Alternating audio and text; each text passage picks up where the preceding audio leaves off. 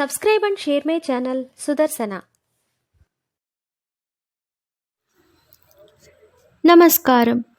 శ్రీమద్ భగవద్గీత 13వ అధ్యాయము క్షేత్రజ్ఞ విభాగ యోగము నుండి శ్లోకములను నేర్చుకుందాం.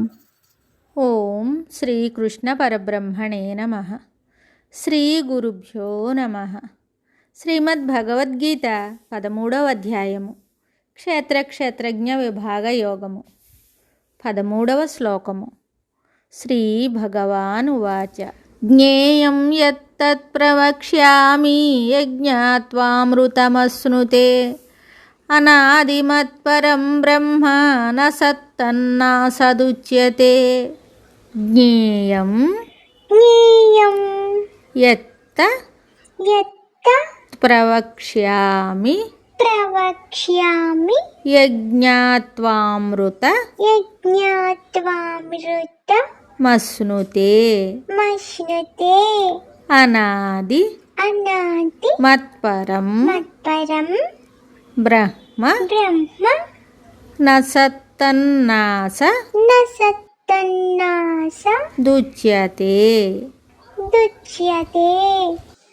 జ్ఞేయం యత్తత్ ప్రవక్ష్యామి యజ్ఞాత్వామృతమశ్నుతే అనాది మత్పరం బ్రహ్మ న సత్తన్నాస దుచ్యతే.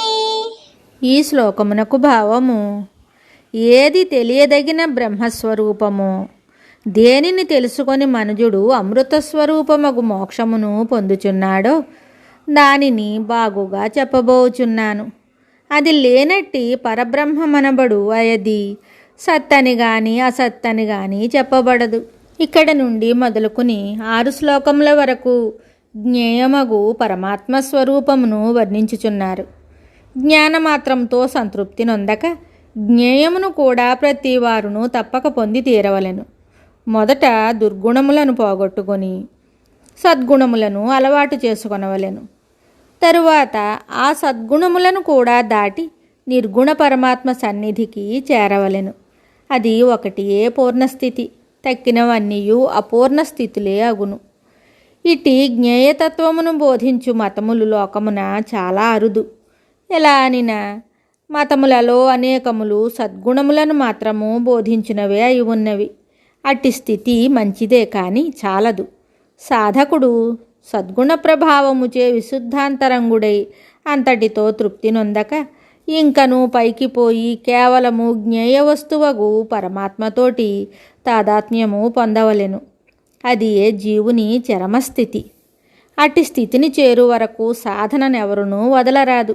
కావున గీతయందు భగవానుడు జ్ఞానగుణములతో పరితృప్తి నొందక జ్ఞేయమును కూడా చెప్పి జీవుని అద్వైత తత్వముల మూడింటిని బోధించుట వలన ఇది పరిపూర్ణ శాస్త్రమని విజ్ఞులు పలుకుతున్నారు. ప్రవక్ష్యామి లెస్సగా చెప్పుచున్నాను. అధ్యాత్మబోధయందు శ్రీకృష్ణ పరమాత్మ యొక్క అపరిమిత ఉత్సాహము ఈ పదముచే ద్యోతకమగుచున్నది. జ్ఞేయ వస్తువగు పరమాత్మ నెరిగినచో కలుగబోవు గొప్ప ఫలితము ముందుగానే తెలిసి ఉన్నచో దానిని పొందుటకై సాధకుడు ఆనందముతో ఉత్సాహముతో ముందునకు బయలుదేరగలడు.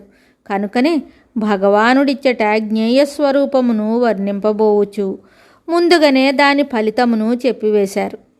అమృతత్వమే మోక్షమే దాని ఫలితము. ఆహా, ఎట్టి మహత్తర ఫలితము! చిన్న చిన్న ప్రాపంచిక వస్తువులపై పెనుగులాడుట కంటే మహోన్నతమైన ఈ జ్ఞేయ వస్తువును పొందుటకై జీవుడేల కృషి సలుపరాదు. శుభం. శ్రీమద్ భగవద్గీత తరువాయి భాగంలో మళ్ళీ కలుద్దాం. నమస్కారం. Subscribe and share my channel Sudarshana.